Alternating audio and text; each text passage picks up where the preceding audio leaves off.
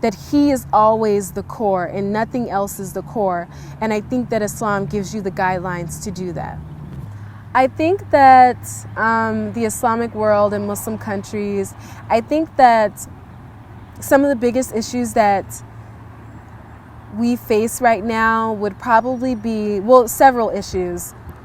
I think especially in the West, I think that our tendency to make concessions for everything, to sort of apologize for being Muslim, and to sort of adapt and change ourselves and put Islam, push Islam to the side so that people can understand us. I definitely think because of the media, Muslims constantly have to defend themselves and defend Islam, but we don't have to change. We don't have to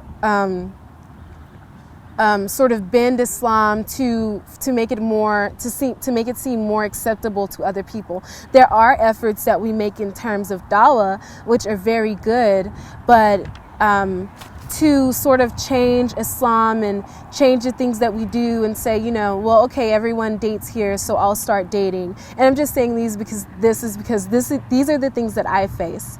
To say, oh, well, I think I'll start dating since other people date, and maybe I'll wear hijab. I'll take off my hijab because, people here, they don't understand it. They'll judge me.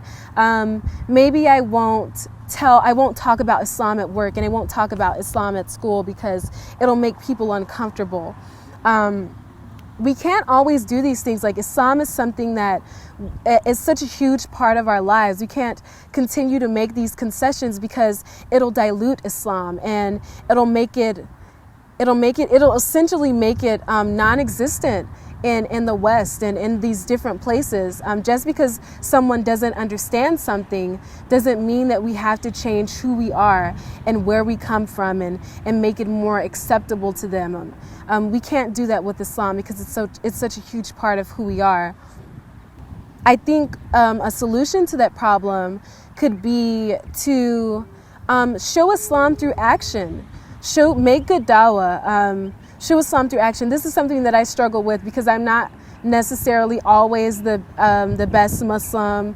But I think that if we're kind to others, if we're respectful to others, they definitely notice. And they sort of, the more good Muslims, the more polite Muslims, the more faithful and accepting and open Muslims, that's very important, being open to other people, no matter what their religion is, being respectful to them. The more that they have these positive experiences with Muslims, the more that they'll sort of feel like, oh, well, Islam may be a good thing. Muslims aren't what the media portrays them to be. Muslims are kind and accepting.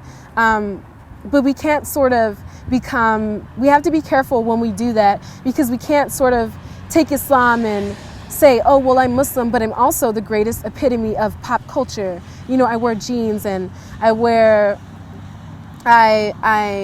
listen to, I like Justin Bieber too, and I do all of these different things.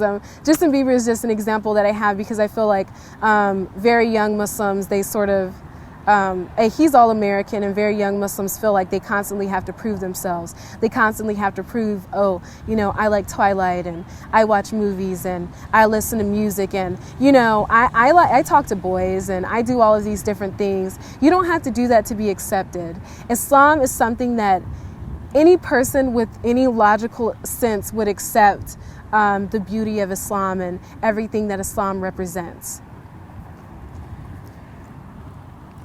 I think another issue in the Muslim world is this sort of racism and this arrogance and nationalism. It's dividing the ummah. Islam knows no particular race. Islam knows no particular nation. No matter what country you are from, it doesn't mean that your country is better than another country.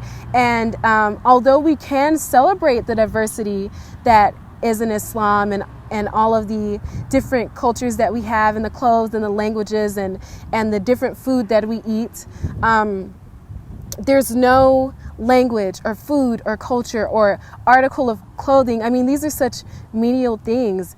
These are not the things that are most important in Islam, and there's no one culture that is superior to another culture. And if we continue to fight over whose language is best and whose culture is best, and we continue to separate and isolate ourselves from each other, we'll just become more divided as a community. We definitely need to be more open to educating ourselves about other cultures. We need to be less prejudiced to people of other orientations, of other sexes, of other ethnicities, of other colors. We need to be more accepting to these people and see that Allah subhanahu wa ta'ala has created, He's put this beauty in everyone of creation. When you say that your ethnicity is better or your color is better than another person's color, Allah subhanahu wa ta'ala created that person. What are you saying about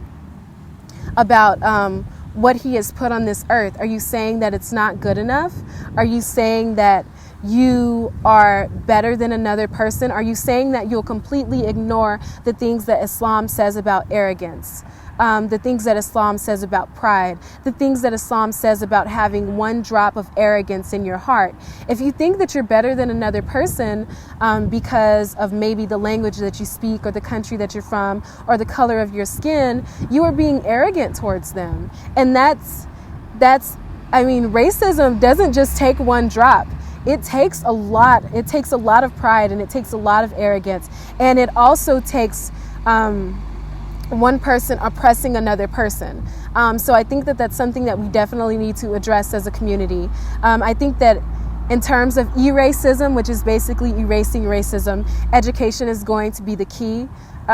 It's going to be very important. If a person makes these assumptions about someone else based on what they've been taught or what they believe that may not necessarily be true, they need to be educated about the beauty of different cultures and about the nature of people in general, and seeing the race as one. There's only one race, the human race. There's not different races. There's only one race. And I think it's very interesting because, especially in the West, Muslims are judged all the time. There's so much prejudice towards Muslims around the world, and so much animosity towards Muslims, and a misunderstanding and misconceptions towards Muslims around the world. So if we know what it feels like to be oppressed, if we know what it feels like to be judged by someone because of the way we look, something that we can't even control, the color of our skin, the heritage and the culture that we take pride in, if we're judged by someone based on that, and our religion of all things, if you know what that feels like, how could you go and do that to someone else? Whether they be Jewish, or whether they be Buddhist, or whether they are Hindu, or whether they're Christian. We can't judge them. This is not good dawah. We can bring people to Islam by being accepting of them, and we can bring the Muslim community closer together by being more receptive and being accepting of Muslims, no matter how they look or where they come from. In terms of spreading Islam and making good dawah, I personally have lots of religious goals that, inshallah, I hope to achieve in this world. I want to learn Arabic. I want to study Islam intensively. I would like to do an intensive course. I want to memorize the Quran, and I want to share that. And I want to share that with the people around me. I think in terms of spreading Islam, it's being accepting and open is so, so important. If you are Muslim and you're representing Islam and you're speaking down to people and telling them that everything that they do is wrong and everything that they believe is wrong, they will become defensive, and they'll want to defend themselves. They will not be receptive to Islam. In terms of dawah, I have lots of religious goals that I'd like to see in this world, inshallah. I would like to memorize Quran, learn Arabic, and I'd love to take an intensive course in Islam and to learn about the Hadith and Quran and all of the stories, all of the theological stories about Islam. I think that being knowledgeable is definitely an important part of being a Muslim, and also is an important part of making dawah, because people have questions and people ask me questions all the time that I can't ask, and I'd love to be able to answer those questions. In terms of dawah, in terms of spreading Islam across the world, I think that it's just important that we set a good example. So constantly telling people from other religions or people who have no religion